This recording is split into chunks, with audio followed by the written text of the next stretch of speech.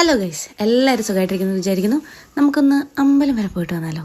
കുളിയൊക്കെ കഴിഞ്ഞ് ഞാൻ ഡ്രസ്സൊക്കെ ഇട്ടിട്ട് വന്നിട്ടുണ്ട്. ഇനി നമുക്ക് ബാക്കി പരിപാടിയിലേക്കൊക്കെ കിടക്കാം അല്ലേ? ആദ്യം തന്നെ ഞാൻ ഒരു മോയ്സ്ചറൈസറാണ് ഇടുന്നത് കേട്ടോ.